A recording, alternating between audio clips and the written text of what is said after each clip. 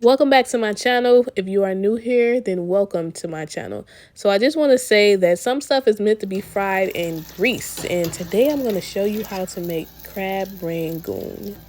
Do not worry, everything will be in the description box as far as your grocery list and all the measurements for you. Right here, I'm just showing you everything that you need, and I do suggest that you go to your local Asian market or H-Mart if that's like the closest thing that you have, and you can get everything that you need. So the first thing you want to do is prep for the filling. So this is going to be the garnish, and it will be in the filling as well. So you just want to take one bunch of the green onion and you want to thinly chop those. I got these from H-Mart as well, and it had to be about, I believe, like 48 cents. Trust me, it's not a lot when it comes to stuff like this. So the next thing you're going to take is one packet of imitation crab meat. Again, this packet came from H-Mart, and this was just enough for the amount that I was making and for this recipe.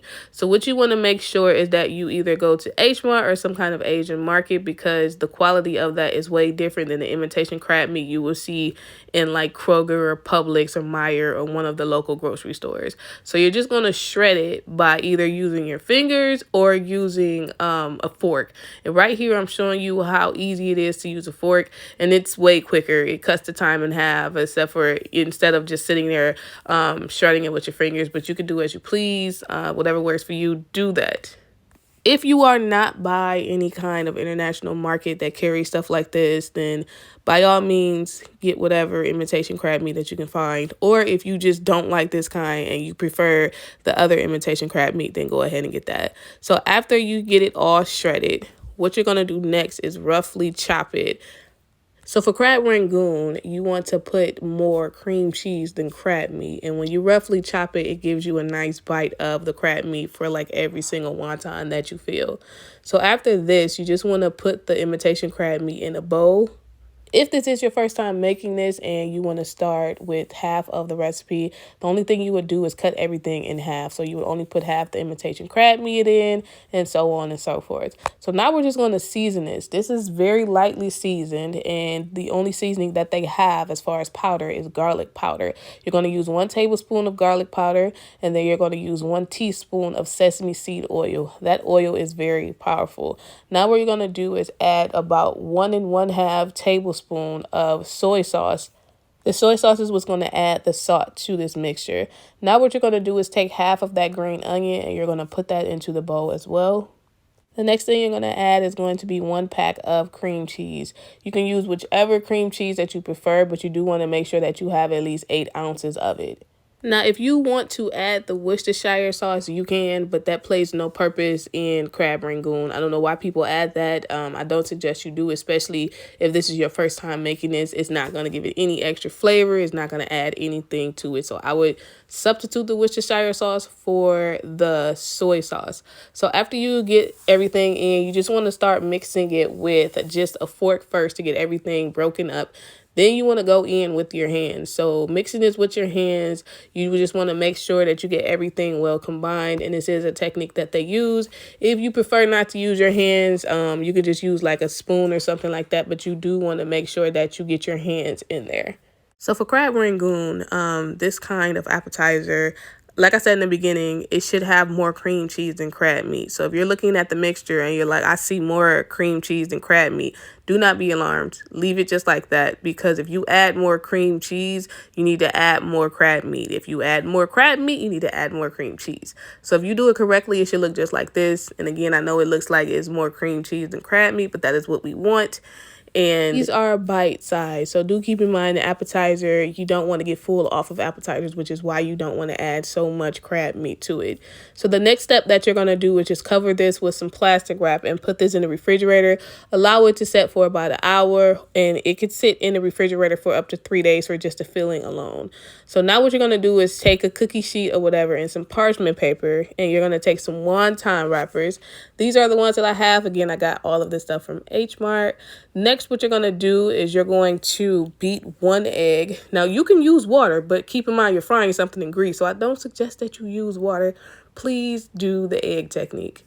If you do not want to use the egg method, again, do whatever works for you, but this is a method that I've always done, and I've done wontons dozens of time.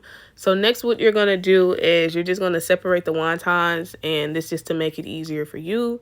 Then you're going to go ahead and take the egg, and you're just going to dab your finger, your index finger in it, and then go around the perimeter of the wonton. You do not need a lot of this, but you do need to make sure that it is on the ends, because this serves the purpose of sealing the ends in together. So right here, I'm just showing you again exactly what I'm doing, because a lot of people, for some reason, if you skip this step, it's gonna be hell trying to clean it up in the deep fryer or wherever you decide to fry it. So next, what you're gonna do is take about half of a tablespoon. As you can see, this is a tablespoon. Put it in the middle, and right here, I'm just showing you how to seal it. This might be the most challenging part for you. So what you want to do is bring two ends together. Then you're going to bring one end up, and then you're going to pinch the sides. You want to make sure that the sides are sealed. If they are open, if they're left like this, it is going to open up, and you do not want that to happen. So right here, I'm just showing you that you just want to bring the ends up. You want to make sure you pinch the corners as well as the top of the wonton. So you do want to pinch the sides a couple times just to make sure that the ends are sealed. Once you get done with that, go ahead and sit that on a parchment paper, and then you're just going to repeat the process. And again, when it comes to doing the egg wash on the ends, you do not need a lot of this, and you just want to use the border as a guide for the egg wash, and then use that as a guide for the filling. You do not want to stuff these wontons. Again, these are bite-sized appetizers, so there's no need for you to stuff them. If you want to make a bigger wonton, then you would get bigger wonton wrappers. Just do not stuff it, because that can open up in the air fryer as well if it does not have enough room. So if this is done correctly, all of your wontons should look exactly like this. As you can see, the ends are sealed. Nothing is open. It does not have to be perfect. If you cannot do this one, then you can do whichever one works for you, as long as those ends are sealed. So right here, I'm just doing the amount that I'm doing for this recipe, which was about a dozen. And now what we're going to do is we're going to fry these in some grease. So you just want to get some grease heated up on the stove, and then once that reaches the temperature, you can go ahead and drop them in. Do not overcrowd it. Put about 4 in at a time. Immediately after getting the first batch in, you're just going to move them around just to make sure that none of them are sticking. Please make sure that your grease is not too hot, and please make sure that the grease is hot enough before you do this. So right here, I'm just showing you after about 2 minutes what they look like, and it's only going to take about 6 minutes in total for each batch to fry. After about 6 minutes, they should look just like this, nice and golden brown and crispy. After this, you can go ahead and take them out. You want to put them on some paper towel, because you do want that excess grease to come out. Of course, you're going to repeat the process. And again, please make sure you do not overcrowd the pot that you are frying the wontons in. Now, if you're using the deep fryer, you can put way more. But for me making this video, I didn't use a big pot, because I was not frying a lot. So right here, you see this is what they look like, nice and golden brown. I'm just taking the second batch out. So if this is done correctly and you follow the technique of making sure that the ends were sealed in, you should have nothing to clean up out of the grease. And your wontons, which is your crab rangoon, should look just like this. They should be nice and crispy. They should not be popped open or anything. So now you are all done, and now you're going to plate it. So you need something as a bed, because you did just fry something, to soak up whatever excess grease is coming off of them. So I just used something really simple, which is a bed of spring mix. So as you can see here, all I'm doing is taking the wontons and I'm just placing them into a bowl. So all I'm doing is plating the food, and you just want to move it around, make it look all pretty or whatever. You don't have to do this. You can just eat them, but y'all know me. I got to make stuff look pretty.